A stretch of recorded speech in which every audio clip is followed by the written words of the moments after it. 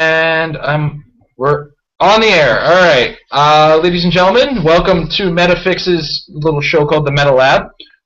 For those of you who are familiar with the channel, I'm Jason Collins, the dude in Married with Clix. With us today, we have Jordan Sheffer. Say hello. Jay Solomon. Hey. And hopefully later we're going to have world champ Patrick Gkoko join us. Been trying to get in touch with him this morning. He did say he was going to join us, but we'll see where it goes from there. But I guess we'll get started with the round table today. So those of you familiar with the show, we all know Guardians of the Galaxy came out earlier this week, and we have a lot to talk about with regards to how that's going to affect the meta, how things are going in the game, and so we're gonna take it off to the round table first. Let's go with Jordan. Let's hear your opinions on the set. What you think is going to be seen in the meta, and what we think is going to are your personal picks for high level play. Hey Jordan, how about figure number 1? Yeah, I've had a little bit of fun playing, or not so much playing, but looking at Gamora and kind of just really liking her dial. Just a lot of the characters that she can end up tussling with at 55 points end up seeming to be double her cost.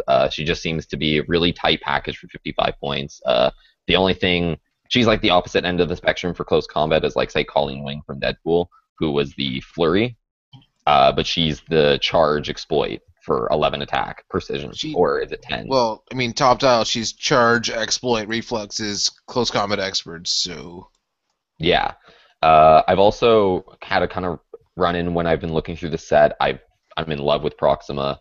I think she's maybe the best character in the set. The things that she can do to characters triple her cost make her kind of disgusting. She's a little gag worthy. Yeah, I'm not gonna lie. When I first saw the effect of the little tracers that she does, I was looking at all the possibilities that it had. It didn't stand out to me immediately because I didn't see her right away. Also, I'm still sorting through all the stuff that we got from this set. I mean, we bought 2 cases, so it's been a bit of a nightmare going through some things. But Jay, let's hear what your thoughts on the set so far. What you think's good, game breaking. I always love characters that can pick standard attack powers, so Dr. Spectrum is on my radar. I just after what I did with Warlock, I'm just amazed that they still do this shit, and they make me happy. Overall best character, it's kind of hard to say considering that there's just so many different dudes who do just so many different things. Like, we might see Rocket come out with Alyosha, and then he'll just prob everything in every kind of dial, and then he'll just do his job. Or we might see any number of characters. I don't know. Maybe Shriek with the sniper is gonna give everybody everywhere Battle Fury. That could be cool. I didn't want to mention that combination at any point, but I feel like, I don't know, maybe Daniel Jones knew something that was going on. No, he before us. No, he actually specifically said he didn't, and that if it wasn't for that, he kind of made him upset on the complete opposite end of that. Oh, it's good that it made him upset. As much as Jordan doesn't like him, the Groot's amazing for his points plus his trade, and it's just all good. There's just nothing really bad. I just don't see a place for him in the meta where, like, I brought the explanation of if you play him with, say, the Rocket that he's best to play with, that Rocket gets a free attack, kind of, and, I mean, you're carrying, so you're not going to get another action after, so it's not like a green battery screws you, but if you try and do anything other than the green battery kind of hinders that for first. Secondly, if I have 2 ranged characters, I'm just outmaneuvering and hitting you more times than I think that Groot is going to do things. Especially while being adjacent to a character that, if they're ranged to give that advantage to him, won't really work out for your team. I don't know, just my odd opinion of looking at things like that. I don't know, maybe he has a partner at 300 points that can just make him completely crazy. Who knows? Maybe him with the power plant so he can have stealth. Maybe any number of things could go on. Well, I remember they were doing that thing with like Loki before he got errated, and that was something that was kind of like, oh well, now you can't hit Loki, and Groot just has to move in a little 8-square circle around Loki and can't die. Yeah, I don't know. Maybe Groot with one of the dudes who can't die like that. Maybe him with Dupe. Maybe him with what's his name? Resurrection Man. Who knows? I've definitely made use of Dupe with Resurrection Man. The not fear of dying adds to a not fear of using the X-Men team ability and taking the damage. I always like seeing what's coming next with the Resurrection Man. What's he gonna pop up as next? One day I swear I'm gonna make him a vehicle. I think they actually said you couldn't. Says who? Because Says who? I mean, he can't be. I mean, they said he couldn't be a team base or a vehicle, and they both have fairly rational explanations. That obviously he doesn't have anybody attached to him. Team bases need people attached to them, and for vehicles, it doesn't say how many people he can carry, if he can use RAM, if he can whatever, what kind of vehicle he is. That's true. I mean, it does open up a lot of those kind of. It's problematic. I think it's better that he just doesn't become those things when there's no. Yeah. That makes sense. I mean, as far as the carrying goes, I agree with that. As far as the RAM goes, a vehicle that can use RAM will say it can use RAM. Yeah. So what's the point? Like, Yeah. you can carry one fact person it would be without cool. being injured. Like, it doesn't make a difference. Yeah. So overall, I mean, I get the explanation. I just like to have fun with things. Now that said, I guess even without Patrick here, we can still talk about. Did you guys get a chance to watch the video of the final match from Worlds? I hear he's very good at playing chess. Yeah, I got to watch it. It was actually quite an exciting game for most of it. It's one of those weird games. If you look at the comments section of the video, it can seem like a boring game, but I've noticed this as also I'm a fan of UFC, but I also come back from a background of high school wrestling, so I know what's a good match going on the screen, say in the UFC, versus what another guy is going to be like. Oh, they're just rolling around. But you know, when two guys are really good at something, a lot of the time it becomes a posturing game, and if you're playing the posturing game, whoever gets the posture at the right position is going to get the advantage, right? Yeah. I'm sorry, I want to cut in there. I just recently watched Metamoris, and it's a jiu-jitsu tournament. That's 20 minutes, only submission, no points. And that's exactly what it is. When two veterans of extreme high level get in, it's more of a posturing game, and they're rolling around for 20 minutes to end in a draw. But it was so crazy to watch some of the things that they were trying to do and pull off. Yeah, and that's where it comes into the understanding of the high level play. Is one of the big complaints was, oh, he killed a pug and ran, and you know, just kind of ran. Well, he didn't run. He put himself in a safe position, as opposed to, you know, he killed a figure. Let's let him shoot me in the face. That's not going to win you the match, right? You have to be in the position where you can shoot or get the hit off and not really have to get punished for it. I mean, getting punished for playing well is not really agreeable, right? Specifically, the point you're talking about, I actually define to be one of my favorite moments of the game, actually, and people not liking it kind of just makes me do that weird little fizzle. Okay, whatever, do your thing. But he outwitted with the battery his flight and then barriered him in. That was one of my favorite moments. He put that big barrier in front of the no longer flying Silver Centurion. And was just like, you can't move. And now I'm over here. Yeah. And I saw a lot of complaints in some threads coming from other places where people were claiming that Lara was using the transporter movement ability while adjacent to Silver Centurion. And if you're paying attention to where they were on the map and where he was positioned most of the time, there's an elevation difference, which breaks any kind of adjacency with regards to the squares that were there. So it's easy. It's an easy mistake to make if you don't know the map well, and that's one of the maps that my nationals team was going to be really strong on. So I mean, when it comes down to it, it was an exciting game to watch. When you watch Patrick's opponent dodging around the bird, trying to stay away from Iron Pharaoh's bird, while Patrick's chasing him with the bird, but still popping out with attacks with Lara to use that positioning advantage he had. I'd like to see how that matchup might have worked on a more open map. I don't know if that the map was one of the key points to that game. It might not have been, but it's one of those things where there's a couple. There's also the key moment where I think it was Lara or one of the two figures on Patrick's team rolled a shape change to shrug off the torpedo, and that just ruined someone's day. So I've had it happen. It hurt. It's not.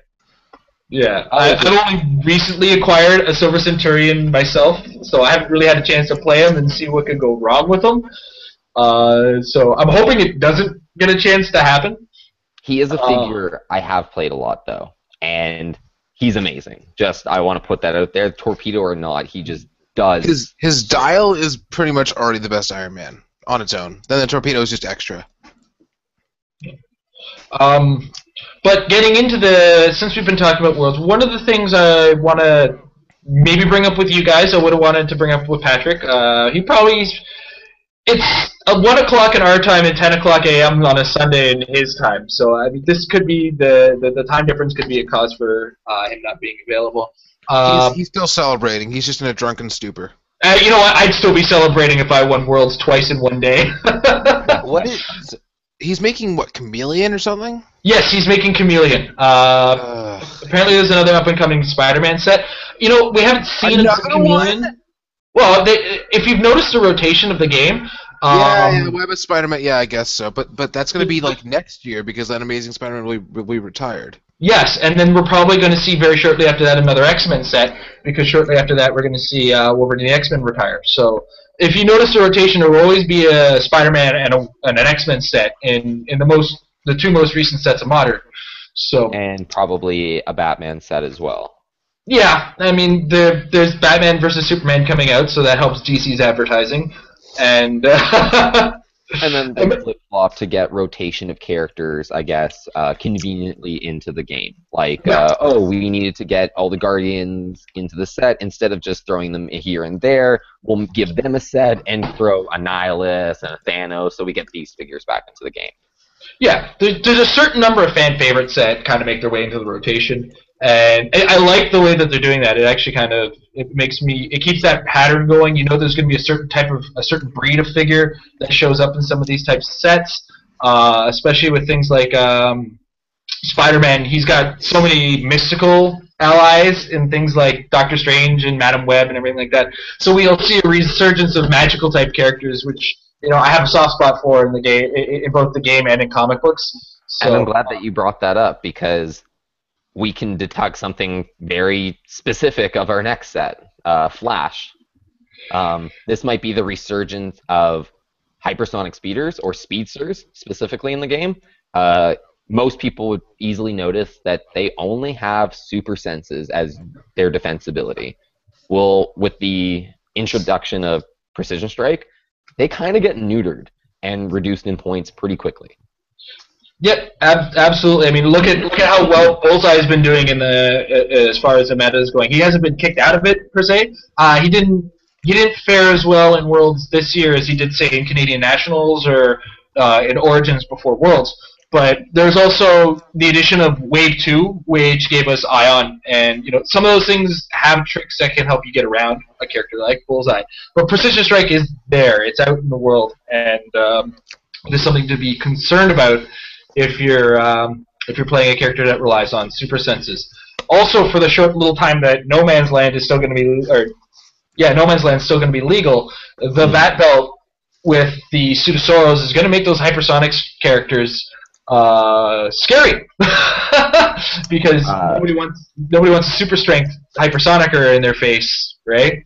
Of course, and And even more so, the reason why I brought it up was because maybe we'll see you cannot precision strike this character. Yep. That's what I was saying, yeah. Or they just ignore it or something like that. Yeah, because if Flash can break the time threshold, he might be able to dodge something. Yeah. I was really the Omega Beams. He's one of the only characters from what I know in the DC universe that can have the Omega Beams miss him. Yep. Because he outruns them. And that's why I was really pissed about Amazing the AVX Spider-Man when it came out, because I was testing when me and my friend got the kits, we opened them up and we're like, oh, 1,000 points, let's play. And my Cyclops with Precision Strike would just murder Spider-Man instantly every single time. Well, yeah, because the only chance if you played Spider-Man as full points, the only chance you really have to get around the Precision Strike would be shape change. Your shape change, which right? I would have Emma move. With the shape change, I would TK Cyclops, and then kaboom! With the enhancement, he's basically dead. No. Yep, absolutely. Now that said, the Flash Rogues. Okay,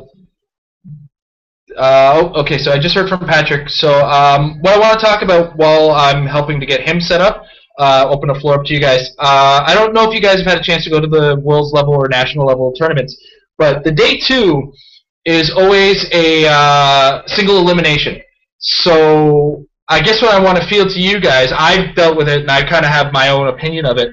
But do you think in an open metagame like we have right now, is a single elimination going to end up leading to situations where the matchup that you're up against is pretty much the decider in regards to how you move on?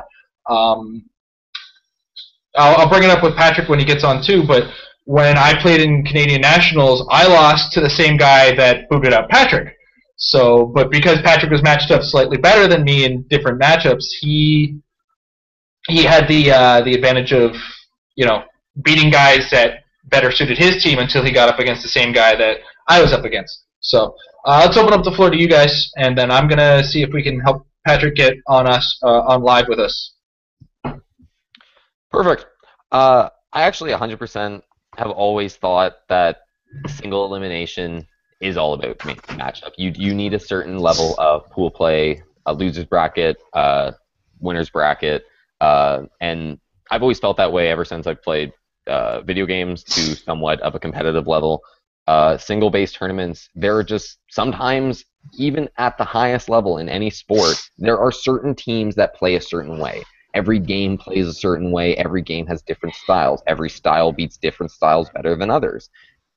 Just getting an unlucky matchup against a team that you are probably overall better than and lose, that's your tournament right there. When you could then still come up from the loser's bracket beating every other team that you should have, if you played in winners, beaten and gone to that semifinals or final spot. In my opinion. I mean, in the game where there's no one set thing to win, there's always going to be somebody that counters you. Like, Jake's Batmite pop out the entities team would have just lost entirely if he faced a copycat. Nothing you can do. It's just... There will always be a team to beat. In the current meta, there's always something that'll beat your team. So if you face it, you're basically done. That's just how it is. Even teams as broken as that, like, hey, I can pull 1,200 points onto the board in a 300-point meta game. Oh, wait, what? You didn't like that? Oh, you copy a lot of points. Well, while I have a chance here, and Patrick's still getting his computer up and running, one of the teams I've come across before, the New Mutants team with Copycat, has that ability if you really take a good look at it, because the New Mutants team base itself is pointed at 200 points. And that solo adventure with that team base allows you to pull another 200 points onto the board. Now, that 200 points on the New Mutants team base, even though the dials aren't so thick, is way harder to kill, in my opinion, than a lot of other things on the board because of the ability to take things off the team base to save your characters.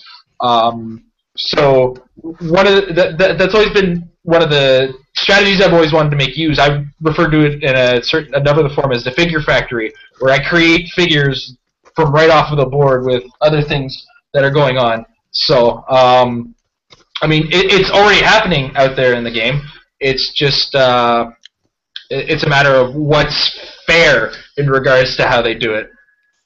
I don't know if I would say it's becoming more popular, but I've definitely become more noticeable to which character to do it. Like recently in Guardians of the Galaxy, I think I brought it up with you last night, the Maximus. Play like 2 of them and a Black Talon, and you have 8 primitives on turn 2 on your team. For 30 points and 8 of them, they start to do a lot. I love how the perimeters look like Bizarro Flash. That's all I have to say about them.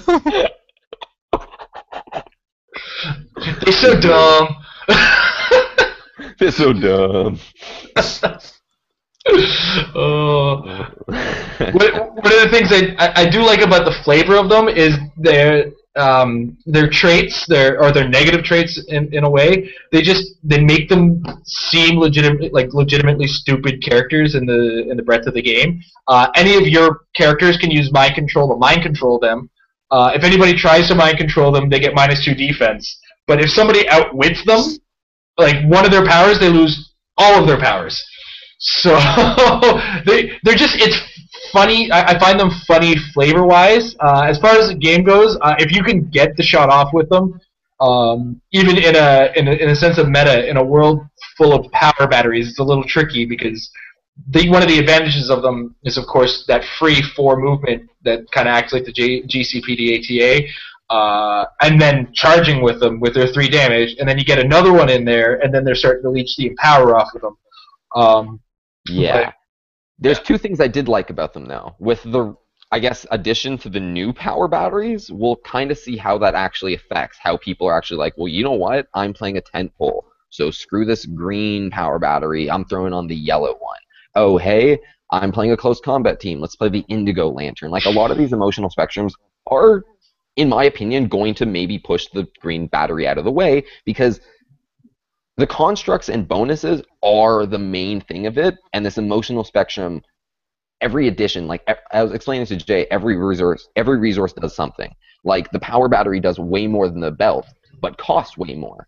But have fun trying to Midnight Suns abuse with the power battery over the cowl. It just does not work. The belt gives you stealth. And that was kind of one of the things I want to say, is that some of these other power batteries are going to do anything. So maybe free actions, maybe, again, that matchup thing where I have to learn to play without them, but we'll still be able to play, hopefully, most of my matches with them. And then the other thing I really liked about them is that mindfuckery thing I was talking to you about when I can't remember which figure we actually brought it up, but if you outwit one of their powers, are you going to outwit you're going to use one of your outwits on my primitive? Okay, you outwit all his powers, but you're wasting an outwit on a useless character. Sorry, I'm up with Patrick. So Jay, if you want to field that question there. I mean, yeah, basically everything you just said. Big thumbs up. Yeah. I'm thinking. I don't know. Not all the batteries are necessarily good. I mean, I don't know. I mean, unless we're talking like exclusive constructs, the green is still pretty solid. I don't see it necessarily being pushed out like that. I don't mean completely, but no. I mean, at the time now, I don't know what the actual percentage breakup of resources on team, but I don't even think it's at 80%. And once we add more resources into the game and take the belt out, which seems to be the least used, I might be wrong on that. Maybe. It was at Canadian Nationals a lot, but then it kind of just didn't show up as much on at Worlds. Yeah. I think just these new power batteries are just going to lower the percentage even more and give me more matchups that I can use free actions in. That's all I'm saying. Yeah, I can see like Bullseye getting the Star Sapphires one and getting even crazier range. Oh. Yeah, he might like that 11 range. Yeah. Give him Pred. He might like. Give him the sniper rifle and give him the Star Sapphires. He's shooting with a 13 range. Like, that's kind of crazy. Fucking rule of 3, man. Why did you people have to use con artists all that time and then get us the rule of 3? You know what? It's a 4 range if it's indigo. If you're against an indigo. That's true. Fucking indigos. Yep. Yeah, like But- what you said with the Sinestro Corps, I can see that totally happening with them being with that. What's the -2 to opponent's Attack. attack if the Okay. character they're attacking is a higher point level. I don't So know who this. tentpole I teams. mean, I don't know who this Sinestro tentpole is going to be unless you're talking parallax on somebody, so that you can make it anybody. But Well, that's one of the things. You can play the yellow power battery on a lot of characters. When you look at it, if you have a 140-point character, starts really nerfing characters' attacks.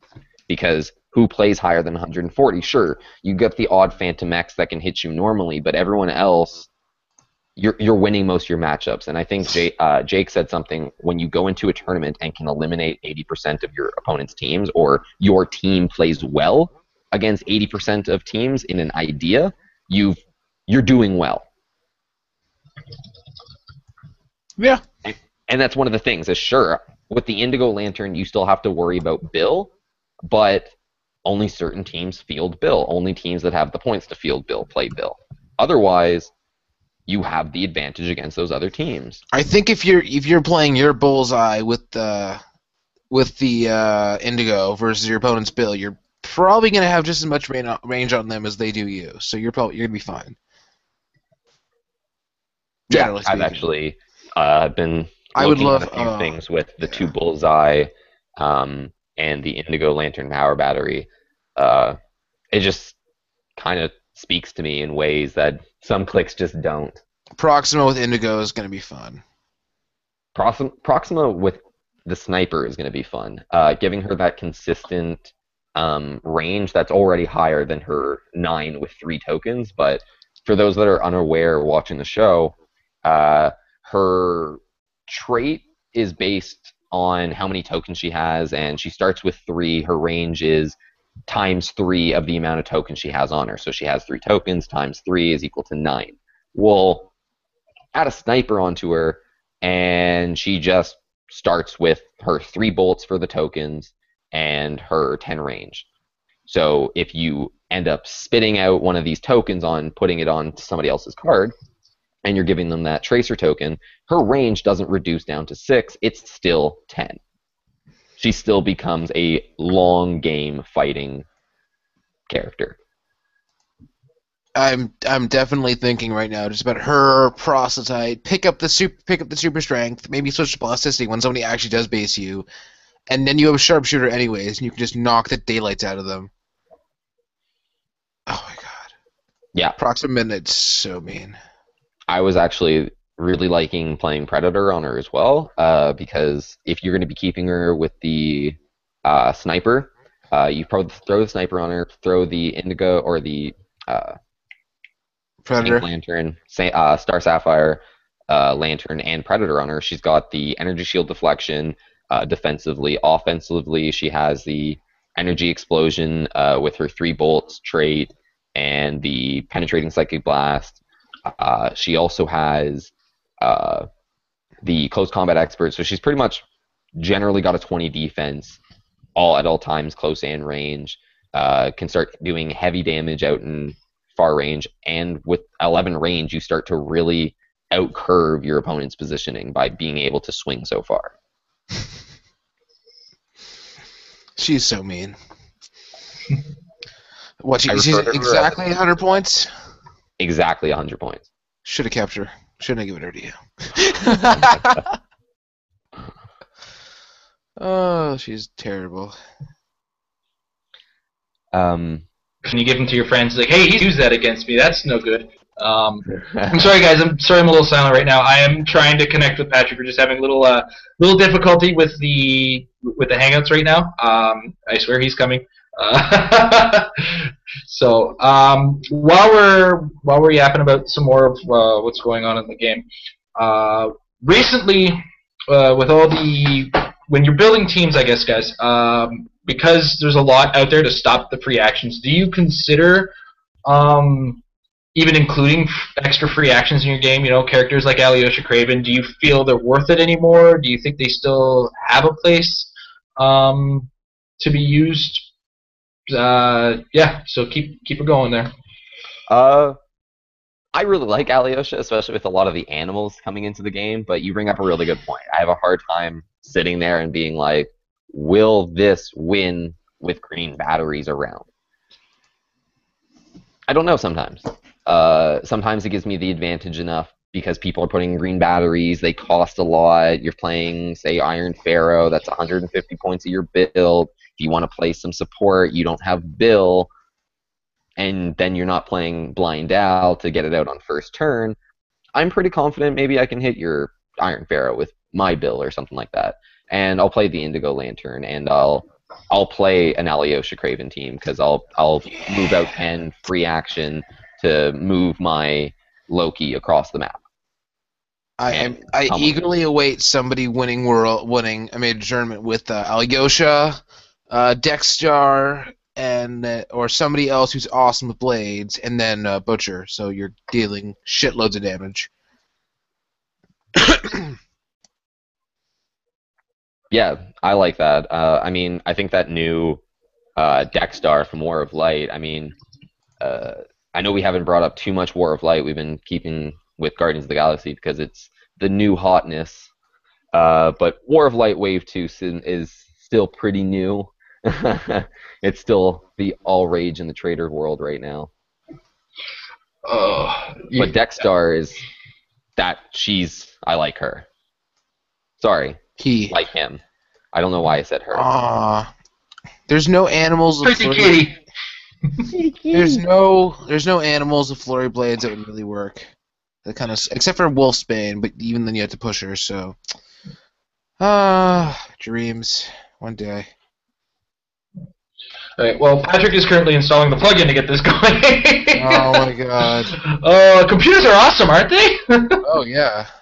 Why do we rely on them again? We've talked about the free actions now and the effect that things are having on. Let's talk about how absolutely nuts the secondary market is right now. The worst part about the secondary market is it's not, in my opinion, it's not that outrageous because I've actually now will have 3 entities, have had 5 different ones in my hand, and I've probably only had to spend about 200 total. And that's included with tradable stuff I've sold to then get more cash. So it's kind of this whole put my collection back into money and then back into my collection again. So I haven't spent a whole lot of amount to get these, but that's because I've had to say no to a shitload of deals that just didn't really give me that, oh, I'm getting a good deal here. And I'm even still getting disappointed because I think what I paid for Adara to get myself Parallax, it's now starting to level out, but I'm still getting people spending $200 on these figures, and people still think they can get that for them.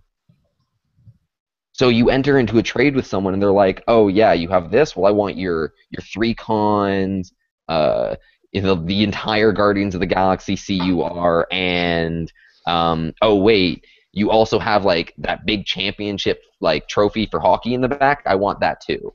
Like... and I want your shirt. Yeah. It's one of those things. Is I found sometimes I'm a little more generous in the going into a trade than is expected. Mostly because I'm impatient about trading. I don't like the back and forth of it a lot of times. So I'll try to do the fourth very, very big in the first point, but not like outrageous. I'll say, okay, this guy wants a super rare. Has a super rare I want. I obviously want it. He needs a couple extra figures I want. And I'll just throw all those extra figures on top of the stack and just be like, here, do you like this? And it's when they push back on that. That's where I get a little irked, to say the least. You look at the trade and you're like, these 2 figures are fair. I'm now giving you this stuff extra, and you still have a problem with it. Yeah. Uh-oh, I've lost control of the camera here. I'm gonna get back control of that. But, I mean, I know I did an episode of Metafix on the secondary market, And I had to point out one thing too is as far as prices are concerned in these figures, it's the buyer's fault. It's always that first guy. Like there was way back in the day, and we just had Patrick join us, so we're really excited right now. But I'm just going to finish up my thought here. Back in the day when the first Convention Galactus showed up, somebody put it up on eBay, and it was an exorbitant price, like $300 to $400. It was insane, and I think at the convention he was maybe fetching $100, maybe 50. I don't know, like to retail purchase it. And then somebody bought that, and that's kind of where I go with regards to secondary market. It's just like this guy bought it. It's his fault. Everybody now thinks that they can charge that. That's and which is why I always found it. Sorry, go on. Hey Patrick, we're just gonna finish up our quick chat on the secondary market. You have a little bit of background noise there. You might want to slap on some headphones. Yeah. We'll give you a second for that. Yeah. Clix players don't understand economics, which is why the game is in the market is kind of fucked. It's unfortunate. Just take an economics class before you spend $1 bajillion on your parallax, and then you'll understand why it's not really worth that, and you should just be patient. Yeah. I 100% agree with that. I feel like one of the problems for certain things, like people who are fans, we have a lot of people in this community that are collectible fans. That it seems the collectible figure or what the figure stands for is more important than what they do in game or how much playability they're going to get out of them in game. For example, out of all of the entities that came out, Ion was the most expensive. But I remember talking to a couple buddies, to get the stat bonuses, you're putting it on like a 60-point figure. Yeah, absolutely. I mean, you're paying the 25 points, in my opinion, for at Ion's level is the powers. Now, granted, I've come up with some pretty ridiculous characters that can make effective use of the powers that he has. I know Jay was part of the game yesterday where I opened my big fat mouth, and I don't remember what you said there. it's when I turned to my friend. Oh, you're gonna make me say it like to the public. You tell me after. No. You know, I'll out it because I'm that kind of guy, and this is the Metal Lab, so let's talk. What I told my friend was if he put the Ion on his Tomar 2, who already comes with super senses. Oh, that combo. Fuck. Yeah, you slap on the decoy to start on the Tomar 2, and you will have now 3 rollouts with your super sense, with your shape change, then your super senses, then the impervious that can come from Ion. So and then your 9 range outwit, because then you get the second power. Oh god. Yeah. Yep. So that was me opening my big mouth. Yep. I want to welcome our special guest who's managed to find his way onto the show. Patrick, it's a pleasure to meet you online. I had the pleasure of meeting you at Canadian Nationals. So let's say hello and join me in welcoming Patrick Yabjoco to the show. Hello. What's up, Patrick? Hello. It's a pleasure to have you. I had a pleasure meeting you at Canadian Nationals. And first I want to say congratulations on all your success this year. You've won quite a few ROCs, quite a few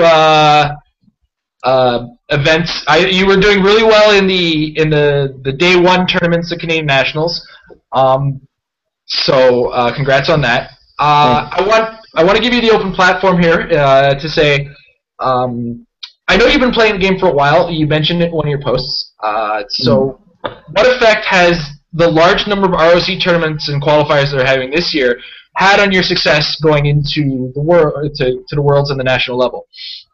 Well, I know I posted this online, but before the ROC, there's no high-level play, not enough events for people who want to play competitively to get their practice with other good players. You can only play in your local or regional level. After the ROC, we got to travel, got to play some really, really good players, actually. A lot of them actually were not at Worlds because they just can't afford it. But basically gave us a barometer of where we're at. We also got to learn a lot from other players on how what their perspective was on the game.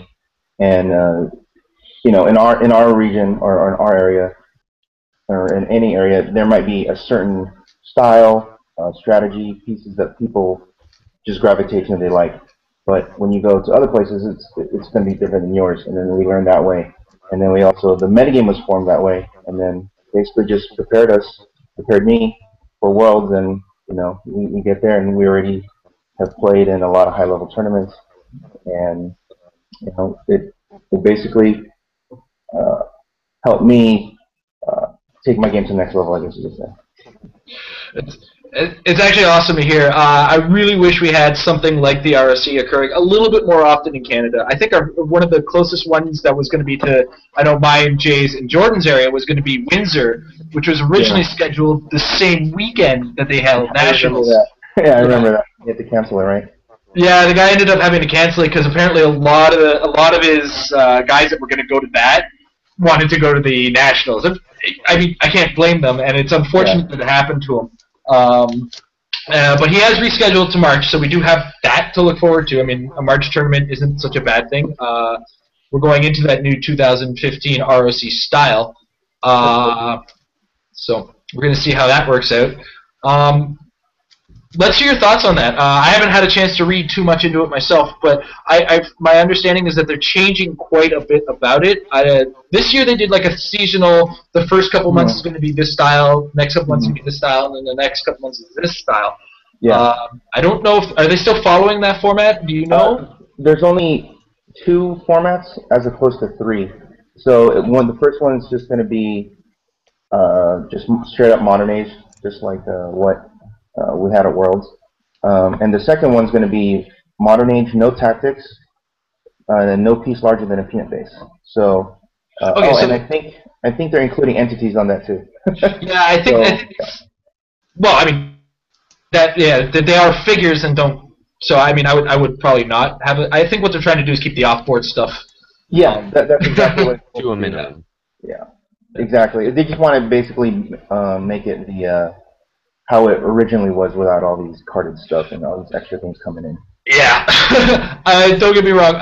If you go back to the days when the feed cards first came out, I had some poison against them. I was not a happy camper about them. I'm a little bit more happy about resources, mostly because they fall into that comic idea. I've always thought of this game outside of the meta game as a what-if comic book.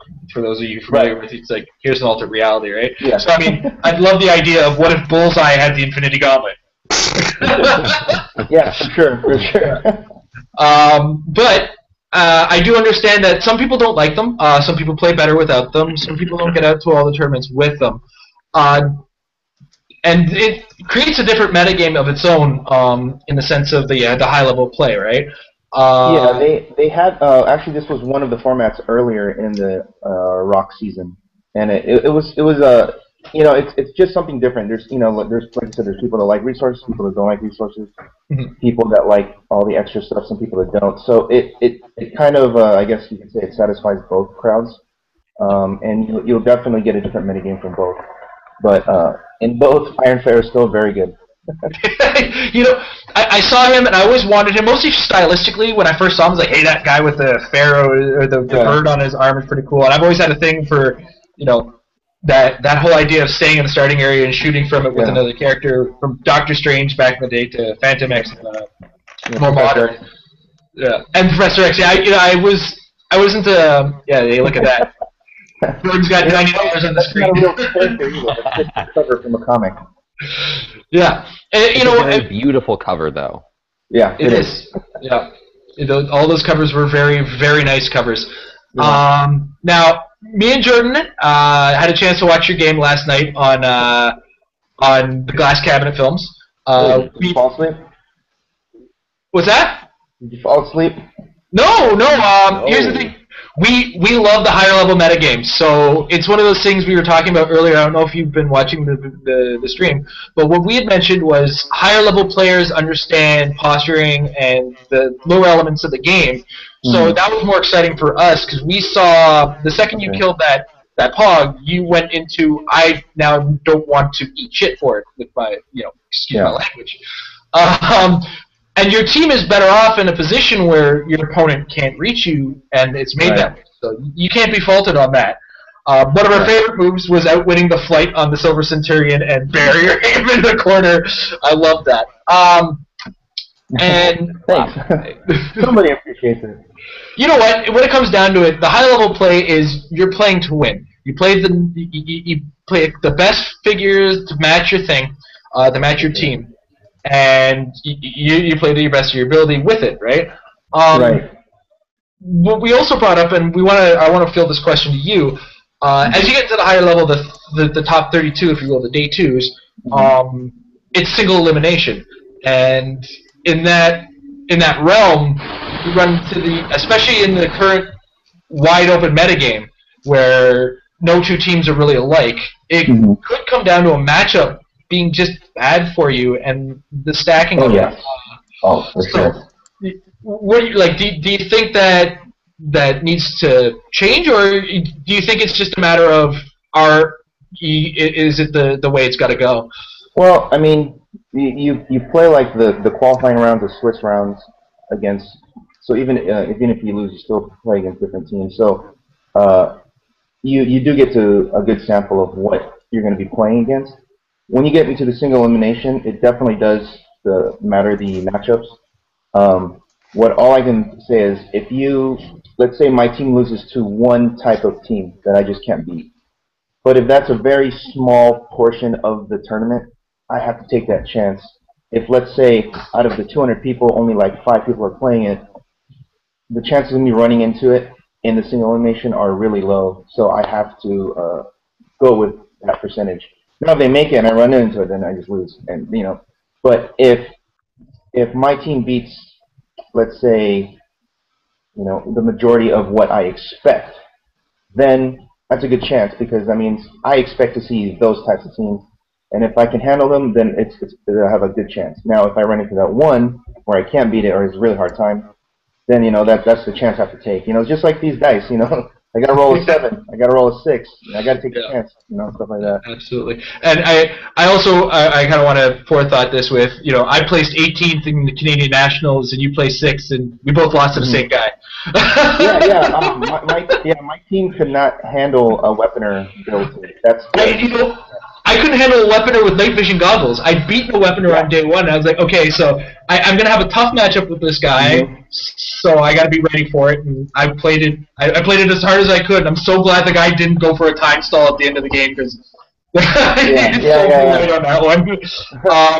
But I ended up taking that match with a really tight game. And then day 2, I played a completely different guy. He had night vision goggles on a utility belt. I was like, oh, well, that beats me now. Yeah, definitely, yeah. So my bad matchup would be a weaponer team.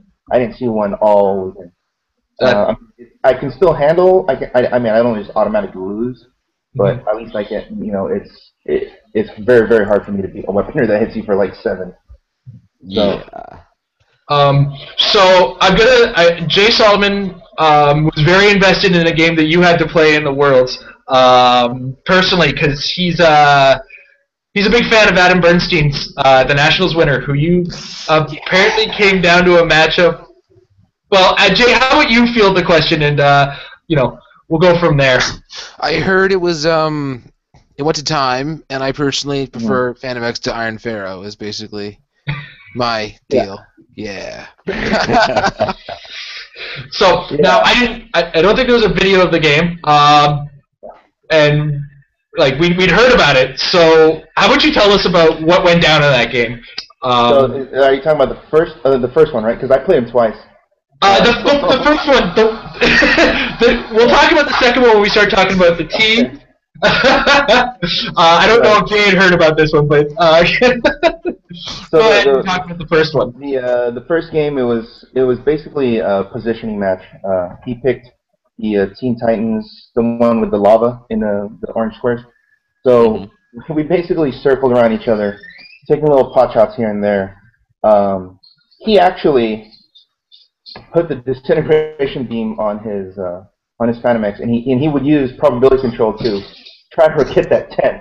So, I'm just going to take a pause here for a second. I have to correct myself, and I've done this 1,000 times. It's Adam Friedman, not Adam Bernstein. I don't know why I keep doing that. Because you're a racist? I didn't want to correct you on the air, but god damn it. Feel free to correct me. I don't know why I do that.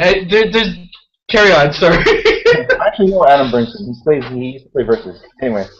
I knew he was an actual Bernstein somewhere. Yeah. Anyway, so we were circling around, and he would re-roll the disintegration beam to try to get rid of the resource, and he would still hit, but he would re-roll it.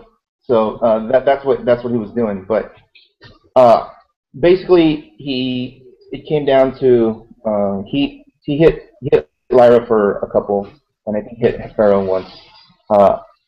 I had to go after 8s and 9s basically the whole game because he did a really good job of keeping the whole team together with Despotelis and Adara. So he's probably one of the best players that I've played. He really knows what he's doing, and his foresight in the game is really, really strong. But it came down to my when they called last action, I was in the middle of my attack with Pharaoh on his Despotelis, and it was a 11 on 20, and I had his attack, the probability control from the battery, and then probability control from my team from Lyra. So I had 3 chances out of 9. I missed all 3. The last one was a crit miss that put Pharaoh on the last click. So they're like, oh, he almost died. All right. Anyway, so we roll. I roll a 9, and he rolls like a 6 or 7. So I win. But then I point out, well, there's the 9 that I needed to hit you. So he's like, okay, fair enough. That's actually pretty good. That it's almost irony. Yeah, that's what he was like. Okay, fine, that's fair. I'll buy it. Yeah. So now I want to move on to the team tournament that you also won with your guys over at Team Majestics. I had the pleasure playing Kevin at Canadian Nationals. We were really close game. Oh my goodness, I can't believe how close I was. I didn't realize I was so close until like halfway through the day because it's like, okay, you beat me by 40 points. I was watching that game where I think you had promoted twice, maybe? No, I only promoted the Batman because that was the one that was going to work in that matchup. Because I think the last promotion I got might have been the Tony Stark at the end of the game for that extra damage to start to get a little desperate. But I know I promoted the Batman because he was getting all the shape changes, and I knew that the one time I was going to get an attack on Copycat was going to be the time I got to heal Batman. But he ended up failing that shape change roll, and I critically missed on my last attempt at an attack, and time got called, and I was like, oh, well, there it is. And then like I said, it wasn't until halfway through the day. I was like, if I would have made that roll, I would have won. A lot of games come down to that, though. Yeah.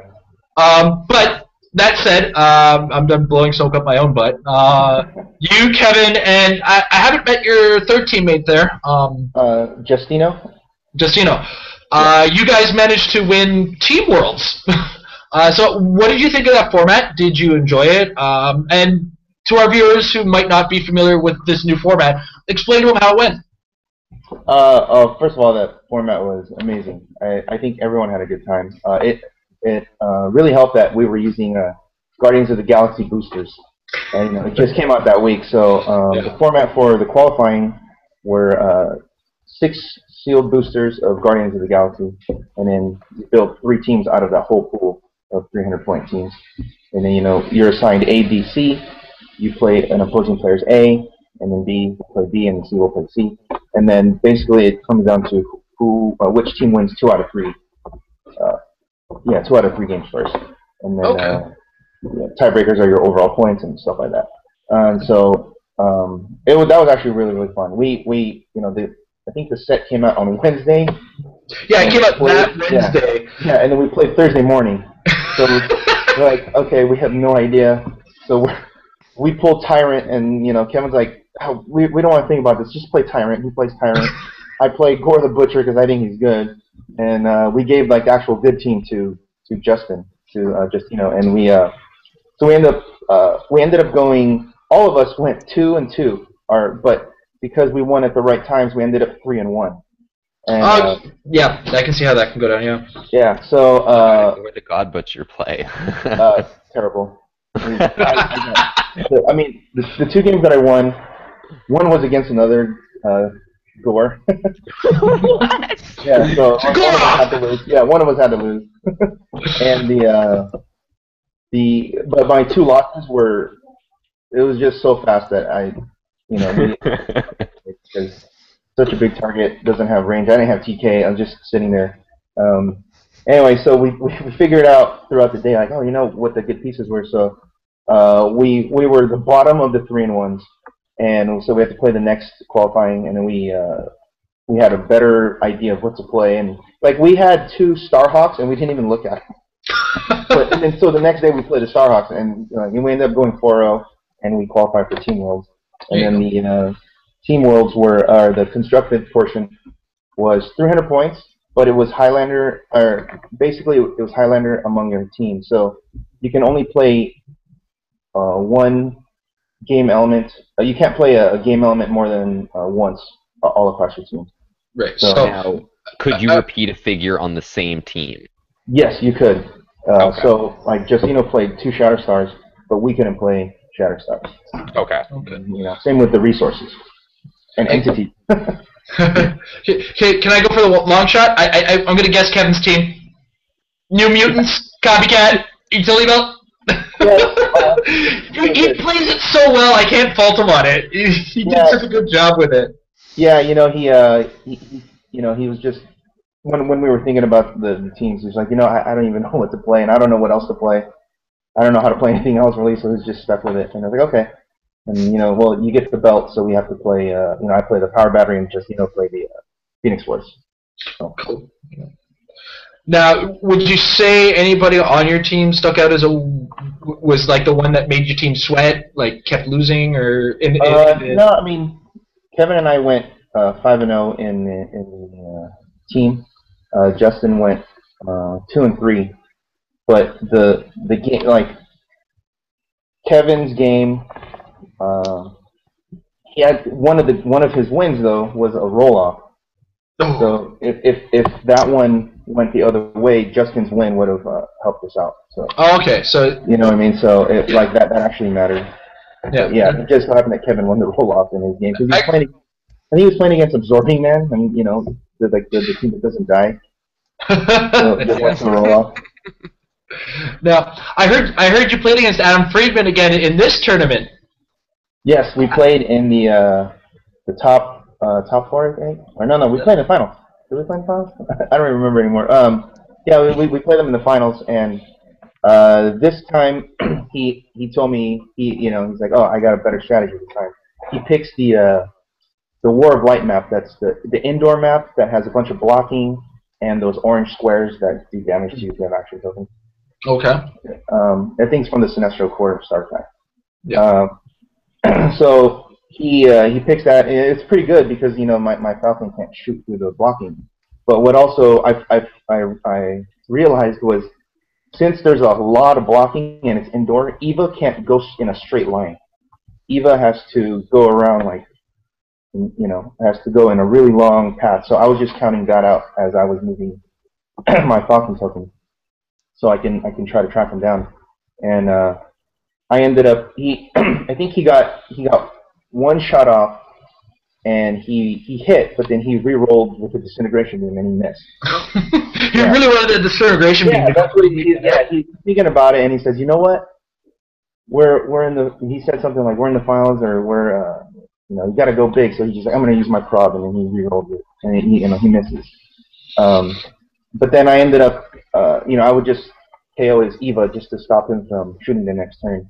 And then eventually I get to his Despotellus, and I'm able to roll the 7 to kill Despotellus with a Pharaoh, and then I just take out Bill, and then I ping Phantom X for a little bit. So he at this point he just has to run towards me, because at that my Falcon's by him, and he has to go towards my base, and I'm able to I think he's down to like maybe the 4th or 5th click, and then time is called.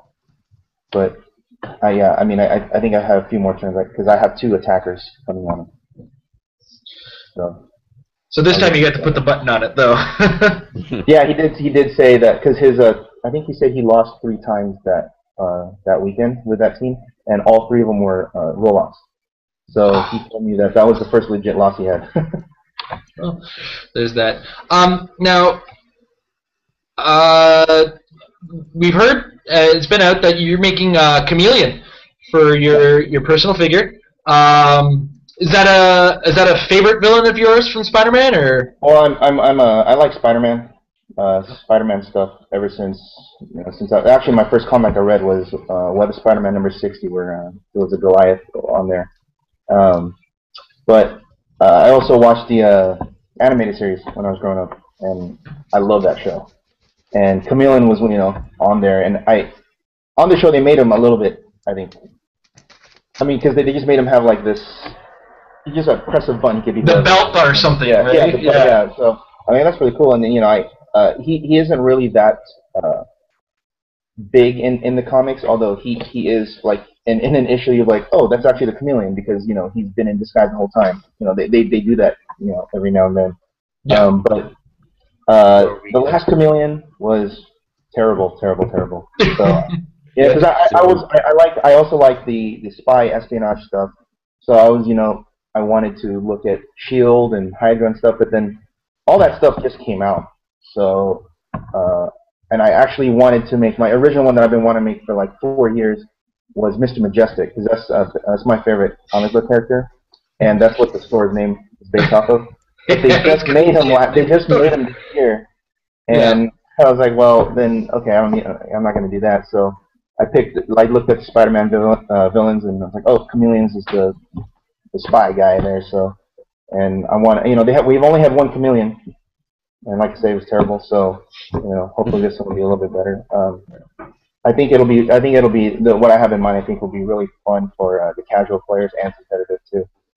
Because the mechanic I want to do is so that he'll be able to AE into like kind of like the Stan Lee figure that they from the Comic-Con. Oh, It's similar to that, where you can like turn into different, basically anyone.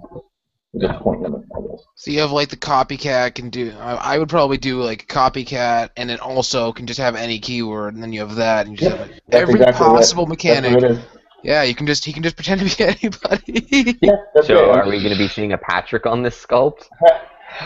I don't know how they're going to do it, but one guy suggested to have like a variant where the head is me, or That's one a where cool it's like idea. a split face where it's Chameleon face, my face, or maybe when he's taking off the mask or whatever, it's like my face on the mask. I don't know. Where Patrick's actually just Chameleon, the world's greatest Heroclix player. Now, No, that's what someone else suggested too. as far as the team tournament is concerned, do your teammates also get to make their own figure?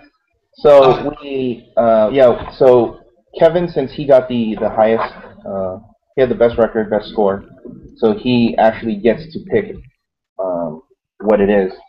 But the judge said, it's we encourage you to consult with your team. So, but he gets the final say. Okay. But so Are you guys still discussing it, or? Oh yeah, I mean we know what we want to do. So we asked Brian, the head judge, at the end when he was like, okay, what figures are going to be? And he said, well, we were wondering if we could pick a team base, because this is Team Worlds. Can we make a team base? And then he kind of looks at us like, I don't know. And then he goes, well, just curious, what was it that you want to make? And he said, well, we want to make a Hydra team base. And then the other judge laughs, and we're like, oh, what's going on? And he goes, oh, because that's Brian's favorite thing is Hydra. So Brian looks at us and says, you know what? I'll pass this on to my chain of command. So he said, we'll let you. So we'll see. Hopefully we can do a team base. I'd commit horrible atrocities to acquire said team base if you manage to pull this off. Hydra.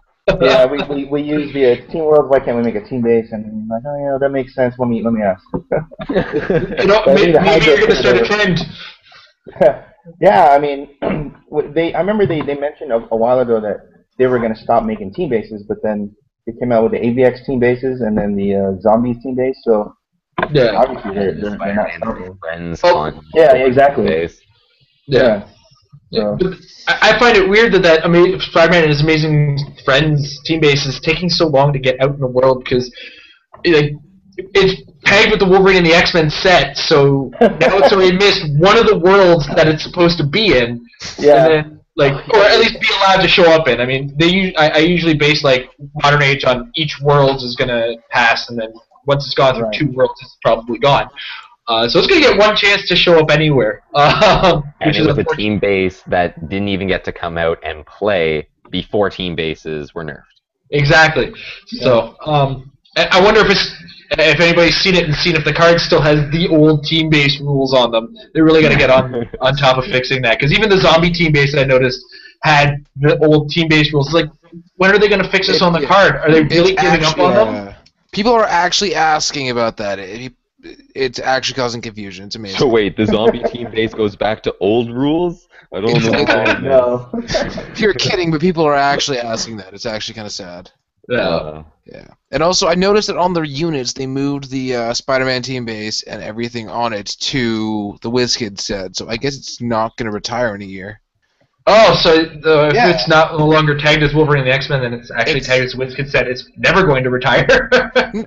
Well, no, because the 2011 cons retired, but then we all know what happened with the 2012 ones. Dr. Fate's still legal. He's so good. I just recently got him. Just started playing him. He's amazing. Yeah, that's kind of just a really awkward situation there, where they're gonna kick out the newer set and keep the older set. Really awkward situation. I want to field this one to Patrick because Jake Williams, when I was talking to him with Ryan Morgan, he brought up a very good point. You also brought it up earlier today about local meta and how different locales are going to be different in the way that they play and the way that things come out.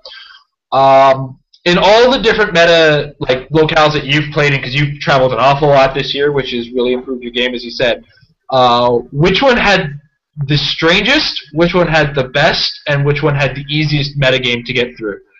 You're allowed to include Canadian nationals. Okay, so that was the toughest. We can carry on. yeah. Obviously, it was the toughest because I lost. Kidding. What? Okay, so the strangest one, I would say when I went to Houston, I went to Houston for theirs. It was they had that was actually the first place we saw the New Mutants played how it's currently played now. Because before that, people would just automatically pop off Warlock, and then you just play whatever else. But that's it. It was just very simple. And then this guy explained his strategy, because his team was Lydia Malor, Phoenix Force, and the New Mutants base, and he just buzzsawed through everyone. No one can even handle, not even close. And so that was the first time we saw that way to play it. And then we saw actually a few book teams that were playing without split lip. And so that was, but the keeping, it's weird. But one of them though was playing the drones, so the drones can move for free. The Iron Man drones, sorry. I had a build with that where it was an armor team, and that team, my team build would probably be slightly different from this one. But I had the 70-point Tony Stark, so the armor drone would move up first. And even with the rule of 3, he'd carry somebody out 5, first turn drop a hammer. I had split lip on that team. This one didn't. He had the big 125 Iron Man and then 2 of the little ones, the drone, 70-point drones, and then they would just free move and then just power action and pick up on turn 1, and then turn 2 it would just clear. So he would get it that way. So it was really effective. I think he went all the way to the top 8 maybe. But then we also saw. That was the first time I saw there was a guy I played in the finals that was playing a Phantom X team, but before that I haven't really seen Phantom X all that often, But then this guy he played it with Phoenix Force, and it was pretty strong. He gave Phantom X survivability from the Colossal Shard, and then let me see. There was but that was also the Phoenix Force had just. We had just gotten all of the fragments, so people were trying like the Ant-Man 20 defend team, things like that. So that was a really cool one. The one that was, I guess, not the easiest, but what I expected everyone was going to play was when we were in Tulare, it's up in Central California, which is like a 3-hour drive from where I'm at. That was basically everything that we saw there was what we expected, because it's close enough to us to where everybody it becomes like a local metagame. So yeah, so it's pretty much the one you're already building. exactly. So every single team, because that was a time when Tellus was just released, so we knew that there was going to be a whole bunch of Tellus type teams.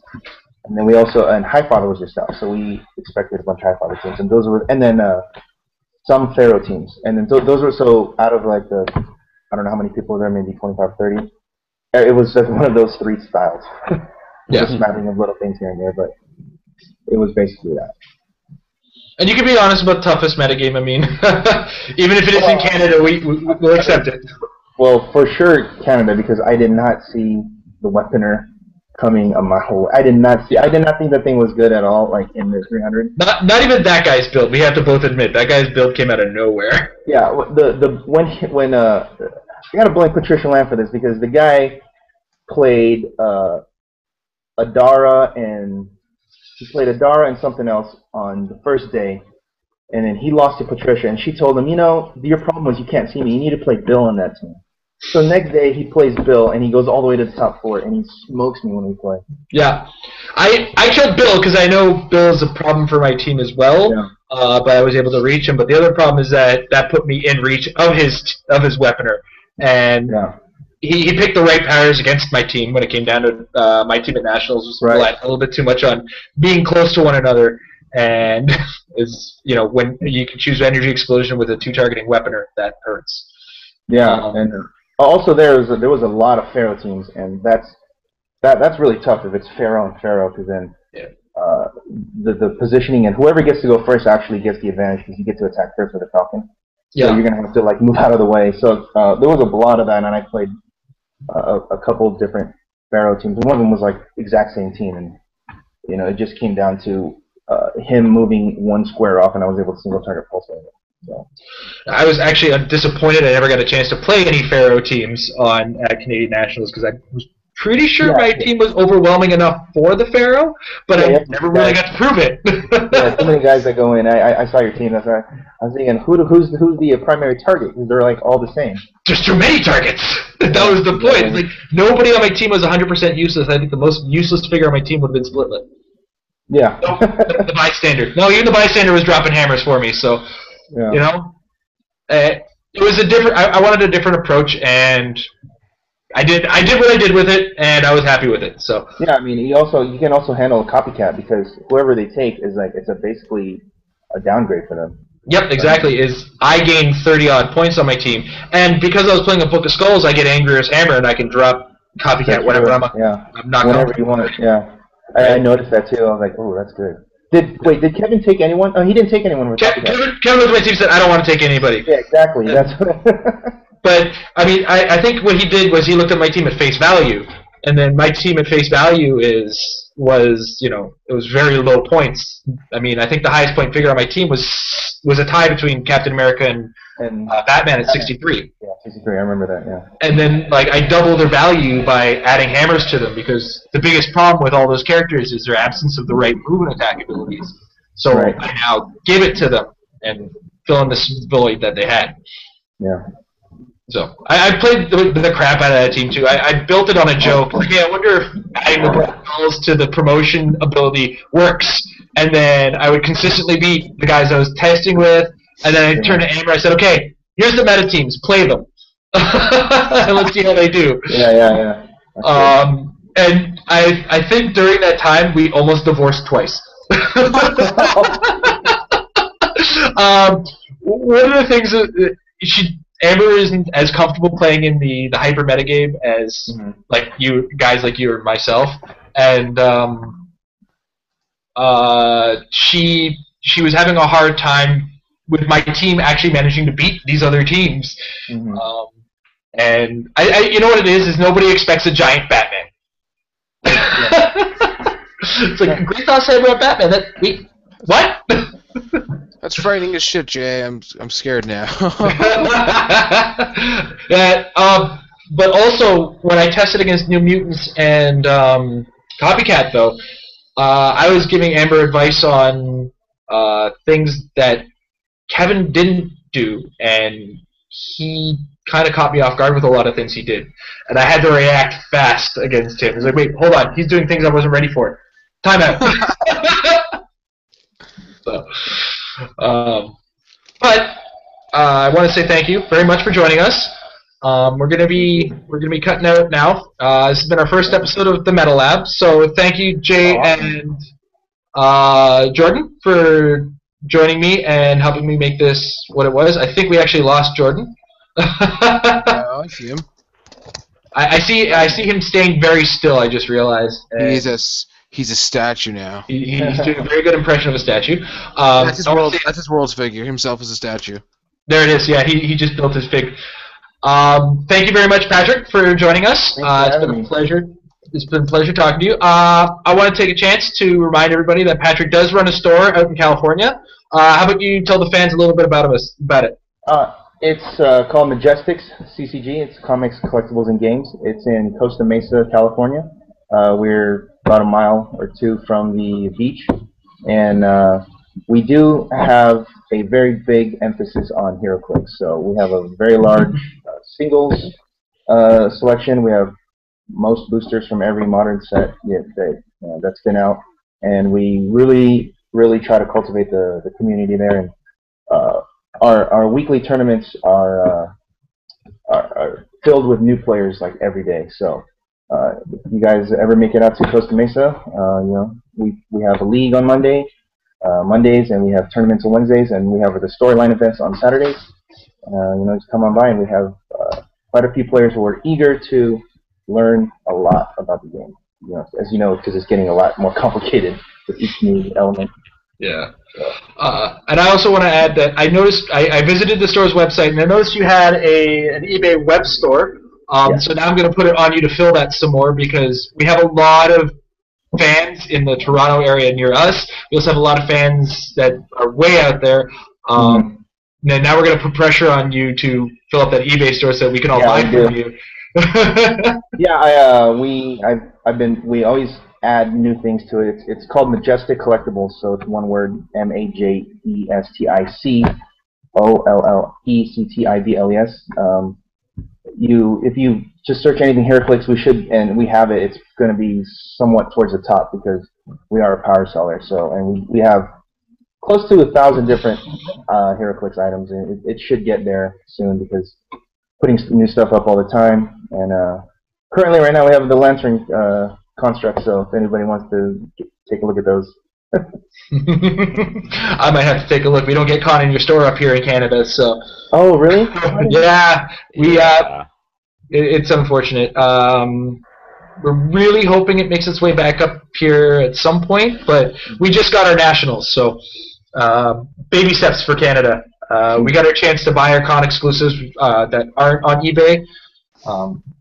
So, also, for those of you who aren't watching live, if you're watching the recorded version on YouTube, we're planning on putting a link to a store down below in the description of the video. And once again, thank you very much, Patrick, for joining us. Thank you, Jordan and Jay. It was an honor. We'll be live next week, probably closer to noon, depending on who our guest is and where they live. We have to ask around to see who our guest is. Keep an eye on our Facebook for that. And in the meantime... Get Ross. You want to. Now, Mr. Solomon, it's on you to get Mr. Russ to... I will ask him. I have connections.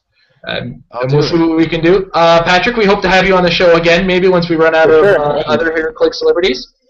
Get the Toronto Batman on next. The Toronto Batman. We're going to have to put him on a Heroclix dial and spin him every time we insult each other. But this has been our first episode of the Metal Lab. Thank you very much for watching, for those of you who are watching live, and thank you very much for watching recorded if you're watching the archive version. Have a good day, folks.